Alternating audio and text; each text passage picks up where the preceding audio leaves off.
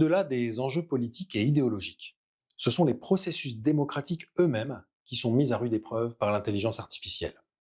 L'enjeu est tel que ce thème sera traité en deux parties, dans deux vidéos distinctes.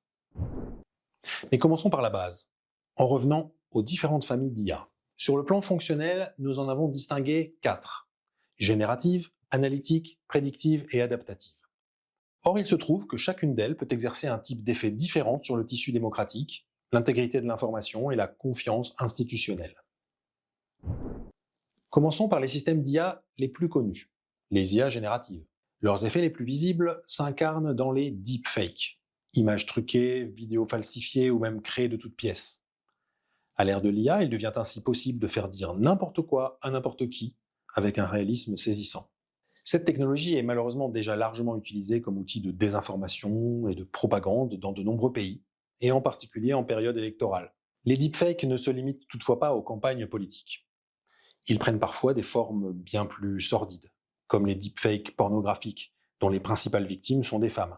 Ces contenus sont souvent utilisés pour discréditer des figures publiques, artistes engagés, journalistes critiques, ou encore candidats et candidates à des élections.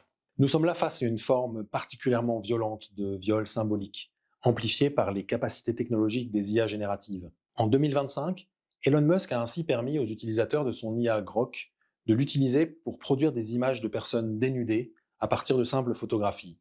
Pire, non seulement les IA génératives permettent de produire de faux contenus, mais elles contribuent également à fragiliser l'idée même de vérité. Car ce qui est en jeu avec les deepfakes, ce n'est pas seulement la possibilité de fabriquer des images ou des vidéos mensongères. C'est le fait qu'à cause de leur existence, plus rien ne garantit qu'une image ou une vidéo authentique soit perçue comme telle. Parce que les deepfakes existent, il devient possible de nier toute réalité, en prétendant qu'elle a été falsifiée. Un terme a même été inventé pour désigner les informations vraies que l'on dit fausses, les break news, et elles se multiplient. Cette situation a été parfaitement anticipée par la philosophe Hannah Arendt dès les années 70. Elle écrivait: le résultat d'une substitution cohérente et totale du mensonge à la vérité n'est pas que les mensonges seront acceptés comme vérité, mais que le sens même par lequel nous nous orientons dans le monde réel sera détruit. Et c'est bien ce risque que nous voyons apparaître aujourd'hui. Pour mémoire, Hannah Arendt travaillait sur les conditions de l'émergence du fascisme. Sa citation sonne donc comme un bien sombre avertissement. Comme si ce n'était pas suffisant, s'ajoute à cela le phénomène dit d'empoisonnement des modèles de langage. Cette méthode, dont il a été démontré qu'elle était largement employée par des officines du Kremlin, consiste à créer des milliers de sites web au moyen de l'IA afin de relayer de la propagande. Non pas pour qu'elle soit lue par des humains, mais pour que, lors de leur entraînement, les nouveaux modèles d'IA aspirent ces contenus.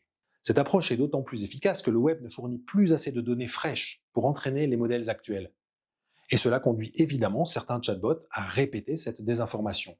Le site NewsGuard dévoilait ainsi récemment que certains des 10 chatbots les plus utilisés dans le monde comportaient jusqu'à 56% de réponses contenant de la désinformation russe sur des questions choisies. Hélas, il n'y a pas que l'IA générative qui pose problème. Intéressons-nous maintenant aux IA analytiques et prédictives. De leur côté, elles peuvent tout bonnement être utilisées pour manipuler l'opinion publique et même influer sur des scrutins. L'affaire Cambridge Analytica constitue à ce titre un cas emblématique. Par négligence, au début des années 2010, Facebook a laissé les données personnelles de 87 millions d'utilisatrices et utilisateurs accessibles. Début 2014, ces données ont été aspirées par la start-up Cambridge Analytica, puis exploitées pour produire des profils psychologiques précis, dans le but de diffuser des messages politiques ciblés. Ce scandale, révélé par le lanceur d'alerte Christopher Wylie, a débouché sur une enquête fédérale, une amende de 5 milliards de dollars pour Facebook et la faillite de Cambridge Analytica. Mais les dégâts étaient faits. Le sénateur républicain Ted Cruz, puis Donald Trump ont eu recours à ces techniques. Mais aussi les partisans du Brexit en 2019. Ces algorithmes ont permis d'adapter leur stratégie électorale au jour le jour, mais aussi de cibler les donateurs, les plus susceptibles de financer la campagne. Un usage plus discret, mais tout aussi stratégique. Or, ne nous y trompons pas. Même si Cambridge Analytica n'existe plus, il est hautement probable que d'autres sociétés exploitent aujourd'hui les mêmes méthodes, dans l'ombre et sans contrôle. Quatrième et dernière catégorie, les IA adaptatives, qui sont au cœur des algorithmes de recommandation. Chaque fois que vous consultez une vidéo YouTube, une publication sur Instagram ou un tweet, vous êtes exposé à une sélection algorithmique personnalisée. Le contenu qui vous est proposé n'est pas neutre. Il a été choisi, optimisé, hiérarchisé pour capter votre attention en fonction de vos comportements antérieurs.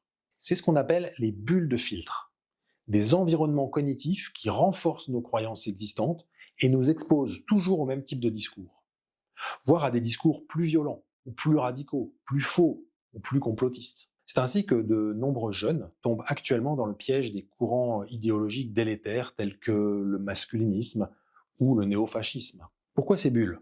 Eh bien parce que la finalité première des plateformes n'est pas de nous instruire, mais de maximiser notre temps de connexion. L'économiste et psychosociologue Shoshana Zuboff a forgé un concept pour désigner ce système, le capitalisme de surveillance. Elle écrit: oubliez l'idée que si c'est gratuit, vous êtes le produit. Vous n'êtes pas le produit, vous êtes la carcasse abandonnée. Le produit provient de l'excédent qui est arraché de votre vie. Le pire cependant est encore à venir. Dès que les géants de la technologie sautent le pas de la prédiction de nos comportements futurs à leur ingénierie. Il ne suffit plus d'automatiser les flux d'informations sur nous, l'objectif est maintenant de nous automatiser en tant qu'individus. Vous voulez savoir pourquoi? Alors rendez-vous dans la vidéo suivante pour la deuxième partie de ce sujet, aussi passionnant qu'inquiétant.